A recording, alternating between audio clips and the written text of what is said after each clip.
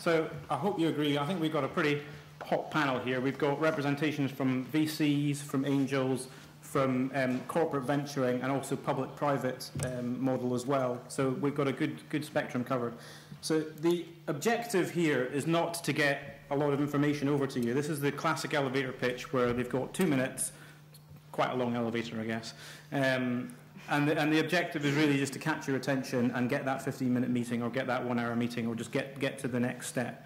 So without further ado, can I ask Sunamp to come up and get going with the pitches? And I'll wave my arms frantically at 2 minutes. Next to it. Okay. All right. Great.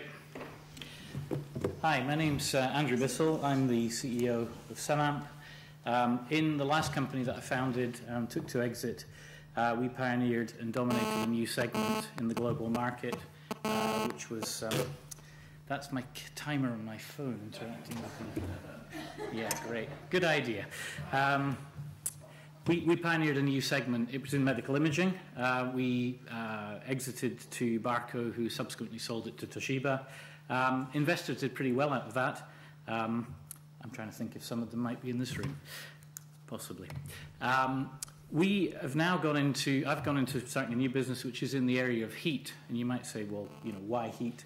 Partly because it's twice as large a market in terms of final consumption as electricity. And yet, in some senses, it's kind of a Cinderella topic. It's the one that doesn't get mentioned so much.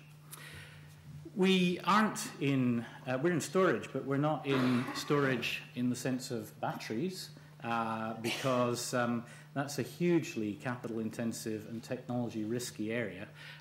You need billions to invest in that. Instead, we went into an area which is heat storage, and we developed a technology that we call heat batteries, which can store heat roughly somewhere between 2 and 10 times more compactly than water-based storage, which is the incumbent technology. How does that relate to renewables? Well, simply this. If you think about renewable heat, if you think about something like a solar panel or a CHP system or a heat pump, typically the output from that is intermittent in some way. And you need heat storage to be able to deal with either constant loads like heating systems or sharply intermittent but demand-driven loads like hot water to run a bath or a shower.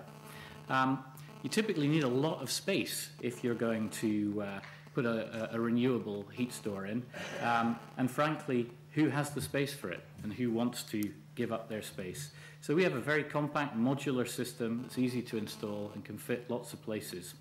The addressable market is large.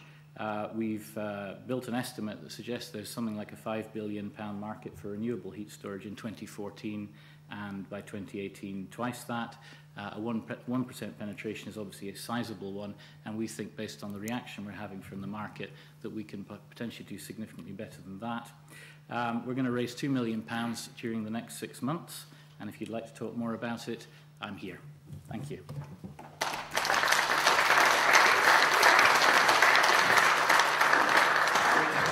Questions. Forgot the format. I don't know, maybe NAREC is the right one to start with. Yeah, sure. I mean, good track record of exiting a business, so looks strong there. Agree with the area. I think there's a big market out there. What's the sort of equity stake that the current holders have and would be available for an equity investor? So, I mean, up till now, I've largely funded this business in combination with some grants. We're about to close a round just now. At the end of that, we'll have a situation where essentially it's almost like virgin equity. I mean, there's close to 100% owned by myself, so it's really a question of structuring a deal around that. Okay. And very crowded market. We see devices such as this all the time, and you're penetrating into the consumer world. Yeah. What's the market penetration strategy here? So we've teamed up with a number of utility companies and the housing associations that they're working with. Seems like a pretty good they've got a significant problem, which is they'd like to deploy a lot of heat pumps, but heat pumps need storage, and the storage is resisted by the householders.